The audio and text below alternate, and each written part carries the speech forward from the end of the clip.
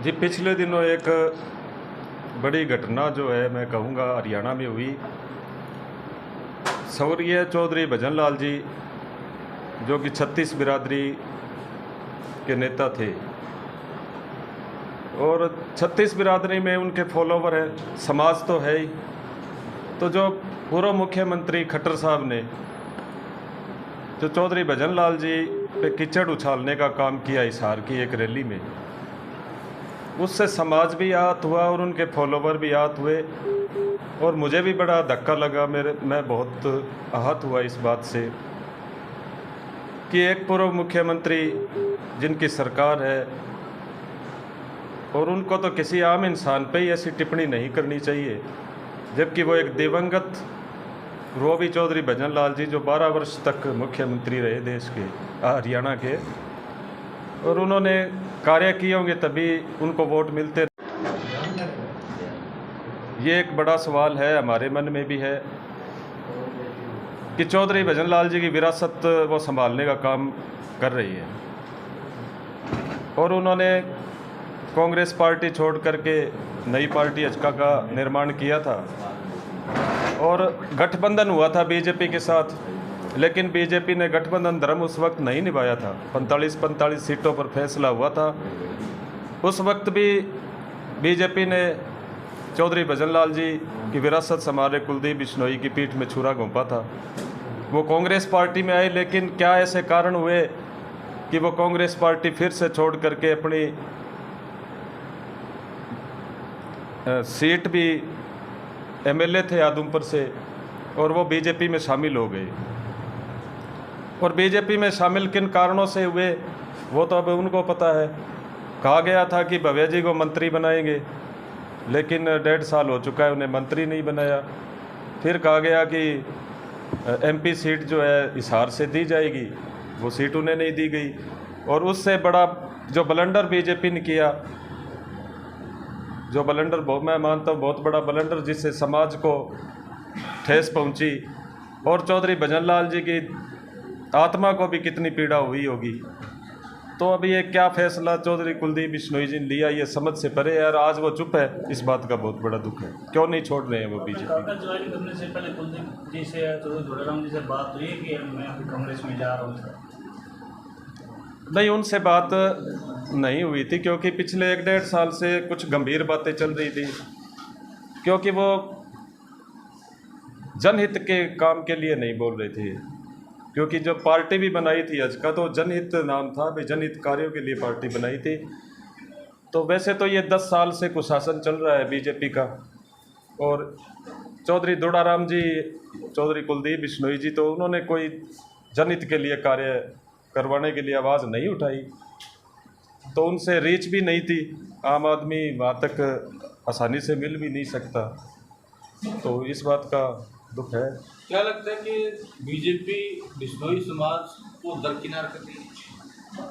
बिल्कुल कर रही है, यही लग रहा है, क्योंकि ये यूज एंड थ्रो वाली सिचुएशन है। जब एमएलए इलेक्शन थे राजस्थान में, तो कुलदीप जी को सह प्रभारी बना करके वहाँ पर भेजा गया और उनका मैं कहूँगा कि यूज किया गया। वहाँ भी कोई एमपी सीट नहीं दी गई है बिश्नोई समाज को, बीजेपी ने नहीं दी है। और यहाँ तो आप देख रहे हैं कि विरासत तो कुलदीप जी संभाल रहे हैं ना, चौधरी भजन लाल जी। इनको टिकट कांग्रेस देती रही है और इस बार टिकट हिसार से नहीं दिया। साथ में भद्दी टिप्पणियाँ चौधरी भजन लाल जी पे की। इसके लिए माफ़ी मांग चुके। उन्होंने कहा कि कुछ और तरीके से मैंने बात बोली थी, लेकिन उसको कुछ और तरीके से लिया गया। हाँ, ये भी एक उनकी सोची समझी रणनीति थी, क्योंकि उन्होंने हिसार में क्या कहा था, मैं नाम तो नहीं लेता कौन नेता है, उन्होंने इशारों में कहा था, नाम तो नहीं लेता, लेकिन उन्होंने यहाँ फतेहाबाद में क्या किया, उनका नाम लिया।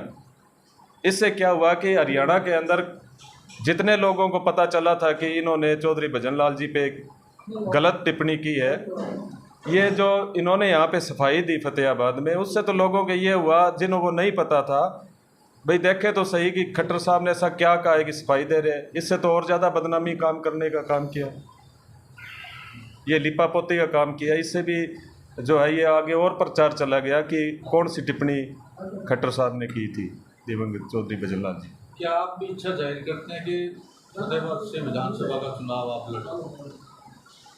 मेरा एक लंबा संघर्ष रहा है। चौधरी भजन लाल जी परिवार के साथ मैं 20 वर्ष रहा हूँ और अजका पार्टी में काफ़ी संघर्ष किया, भी उनके साथ ही था। वो कांग्रेस में थे, फिर बीजेपी में मैं साथ था, लेकिन कभी मैंने ये इच्छा प्रकट नहीं की कि मैं फतेहाबाद से चुनाव लड़ूँ। पार्टी के पास सक्षम लीडर है और वो प्रतिनिधित्व कर सकते हैं, लीडर हैं, तो मेरी कोई इच्छा नहीं है फतेहाबाद से चुनाव लड़ने की।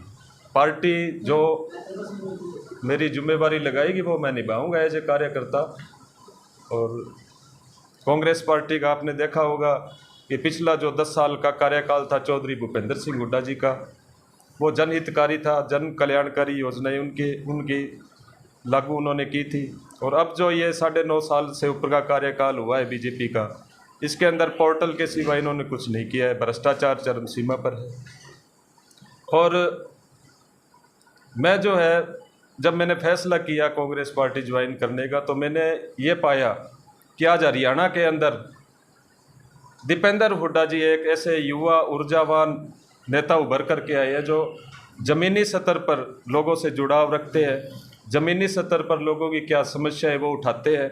और जो उनकी विशेष जो मेरे को बात प्रभावित की वो ये थी कि अग्निवीर योजना जो मोदी सरकार ने एक आदेश पारित किया, ये लाखों युवा भारतवर्ष के जो एक सपना संजोते हैं देश की सेवा के लिए, मेहनत करते हैं, तो उनके भविष्य के ऊपर कुठाराघात किया। तो दीपेंद्र हुड्डा जी ने इस बात को प्रमुखता से उठाया, संसद में भी और ग्राउंड लेवल पे भी।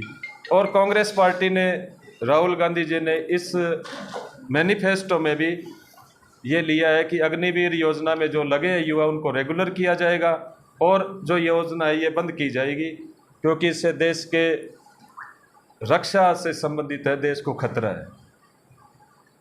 तो इस बात से मैं प्रभावित था और उनसे मेरी मुलाकात भी हुई थी, लेकिन ज्वाइन का भी कोई ऐसा फैसला नहीं था। क्या पता मैं कर पाता या नहीं कर पाता। लेकिन ये जो टिप्पणी दिवंगत आत्मा पे की गई चौधरी भजन लाल जी की, इससे बड़ा आहत हुआ, समाज बड़ा आहत है, समाज में रोष है। और इसलिए मैंने फैसला किया कि इस बीजेपी के साथ मैं नहीं रह सकता। क्या कुलदीप बिश्नोई ईडी के डर से दबे नहीं हुए बीजेपी से कि उन पे कोई?